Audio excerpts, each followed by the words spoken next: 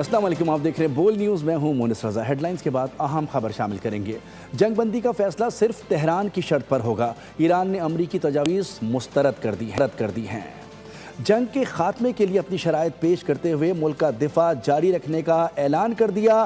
جنگ بندی کا فیصلہ صرف تہران کی شرائط پر ہوگا، ایران نے امریکی تجاویز مسترد کر دی۔ جنگ کے خاتمے کے لیے اپنی شرائط پیش کرتے ہوئے ملک کا دفاع جاری رکھنے کا اعلان کر دیا۔ امریکہ ایران مذاکرات کی کوششوں کو دھچکا۔ جنگ بندی کے لیے شرائط واشنگٹن نہیں تہران طے کرے گا، ایران کا دو ٹوک اعلان۔ امریکی تجاویز مسترد کر دی، امریکی پیشکش کو حد سے تجاوز قرار دیا۔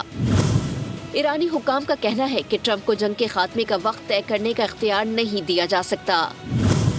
مذاکرات کی امریکی اور اسرائیلی باتیں قابل اعتبار نہیں۔ ہم پر 9 ماہ میں 2 مرتبہ مذاکرات کے دوران حملہ کیا گیا۔ ایران کے خلاف جارحیت کے بعد اب کوئی بھی امریکی سفارتکاری پر اعتماد نہیں کر سکتا۔ جنگ کا اختتام صرف تہران کی شرائط اور ٹائم لائن کے مطابق ہوگا۔ ایران نے جنگ کے خاتمے کے لیے 5 شرائط سامنے رکھ دی۔ مطالبہ کیا کہ حملے اور ایرانی عہدیداروں کی ٹارگٹ کلنگ بند کی جائے۔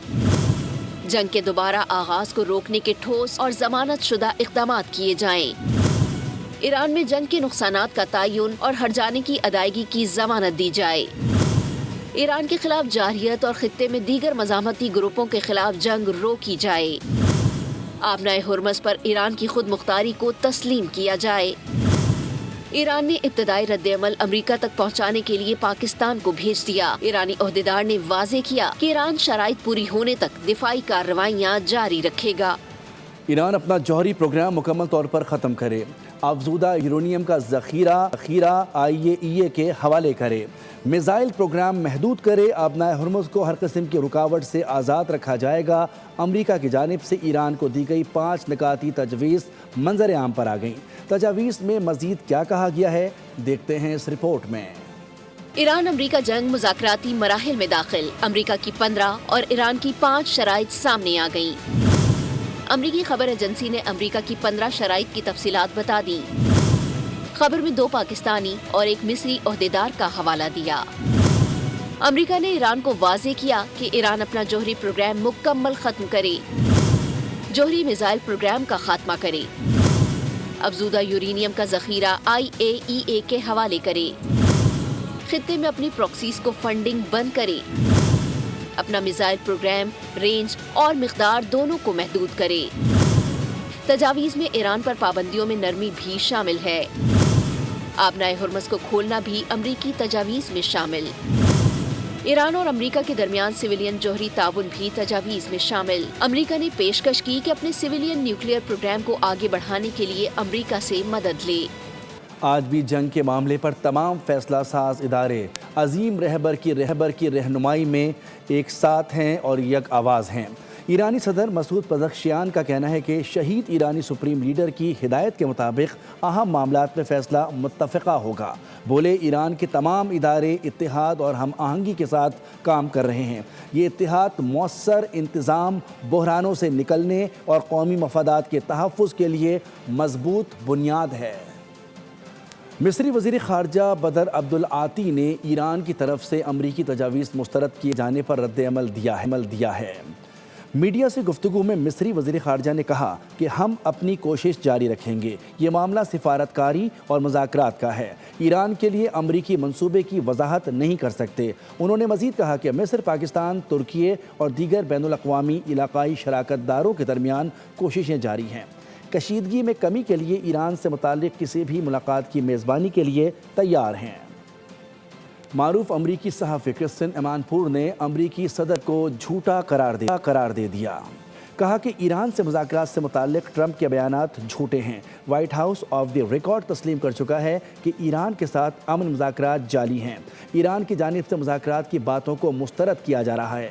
سوشل میڈیا پر کہا جا رہا ہے کہ ٹرمپ ممکنہ طور پر ایسے بیانات سے صرف اسٹاک مارکیٹ میں ہیرا پھیری کی کوششیں کر رہے ہیں۔ بولی ہو سکتا ہے کہ امریکہ نے پاکستان سمیت دیگر ممالک کے ہاتھ ایران کو پیغام دیا ہو۔ امریکہ اور ایران کے درمیان مذاکرات، امریکہ کے 15 نکات جواب میں ایران کے 5 نکات۔ ایران نے امریکی مطالبات یکسر مسترد کر دیے۔ اس حوالے سے بول نیوز نے دفاعی تجزیہ کار بریگیڈیئر حارث نواز، ریئر ایڈمرل ریٹائرڈ سید فیصل علی شاہ اور ماہر بین الاقوامی امور ڈاکٹر حامد المشرقی سے رابطہ کیا۔ ان کا کیا کہنا تھا، آئیے جانتے ہیں۔ دیکھیں، جو ایران نے امریکہ کی 15 کنڈیشن جو تھی، شرائط، وہ انکار کیا ہے، I think they justified۔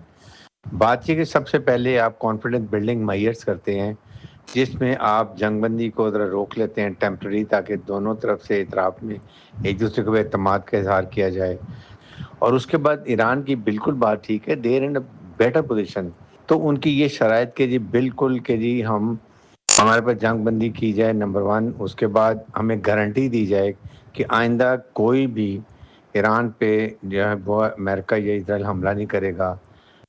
میں سمجھتا ہوں کہ ایران ایک ایسی پوزیشن میں ہے جہاں وہ اپنی ٹرمز کو ڈکٹیٹ کر سکتا ہے، اپنی ڈیمانڈز دے سکتا ہے، کھڑا رہ سکتا ہے اور دوسروں کی بات من ماننے سے انکار کر سکتا ہے۔ تو میرا خیال ہے کہ ایران نے یہ پوزیشن جو حاصل کی ہے، یہ بہت ساری قربانیوں کے بعد حاصل کی ہے۔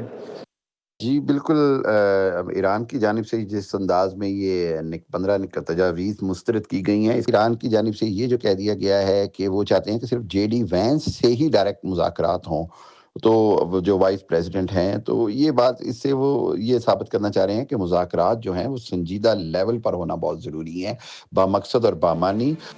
پاکستان میں ایران کے سفیر رضا امیری مقدم کا کہنا ہے کہ پاکستان جیسے دوست ممالک تہران اور واشنگٹن کے درمیان مذاکرات کی راہ ہموار کر رہے ہیں۔ انہوں نے امید ظاہر کی ہے کہ یہ کوششیں خطے میں جنگ کے خاتمے میں مددگار ثابت ہو سکتی ہیں۔ ایرانی خبررساں ایجنسی کے مطابق دوست ممالک ایران اور امریکہ کے درمیان پیغام رسانی میں سہولت فراہم کر رہے ہیں۔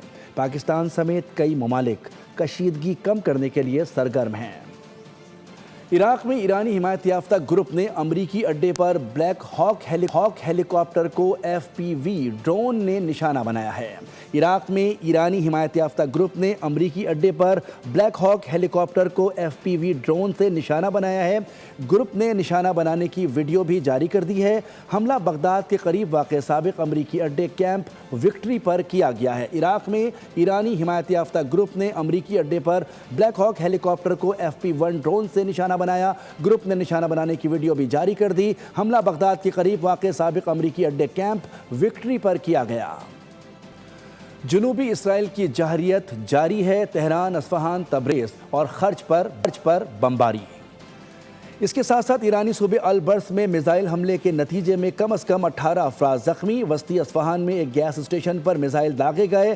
خرم شہر پاور پلانٹ کو گیس فراہم کرنے والی پائپ لائن بھی حملے کی زد میں آئی۔ ایران نے اصفہان پر بمباری سے مارکیٹیں اور ریسٹورنٹ تباہ کرنے کی ویڈیوز جاری کر دی۔ امن کے دشمن اسرائیل کی اشتعال انگیزی کم نہ ہوئی۔ ایران کے مختلف شہروں پر شدید بمباری۔ تہران، اصفہان، تبریز اور کرج میں دھماکوں سے عمارتیں لرز اٹھیں۔ صہیونی فوج نے ایرانی صوبے البرز پر میزائل داغے۔ متعدد ایرانی شہری زخمی ہو گئے۔ تہران میں عمارت کے ملبے سے بچے کو زندہ نکال لیا گیا۔ حملے میں 2 گیس پائپ لائنوں کو نشانہ بنایا گیا۔ امریکہ کے منع کرنے کے باوجود اسرائیل کا پھر ایران کے بشہر نیوکلیئر پاور پلانٹ پر حملہ۔ ایک پروجیکٹائل نیوکلیئر پاور پلانٹ کے احاطے میں آ کر گرا۔ انٹرنیشنل ایٹامک انرجی ایجنسی نے بھی حملے کی تصدیق کر دی۔ وسطی اصفہان میں ایک گیس اسٹیشن پر میزائل داغے گئے۔ خرم شہر پاور پلانٹ کو گیس فراہم کرنے والی پائپ لائن بھی حملے کی زد میں آئی۔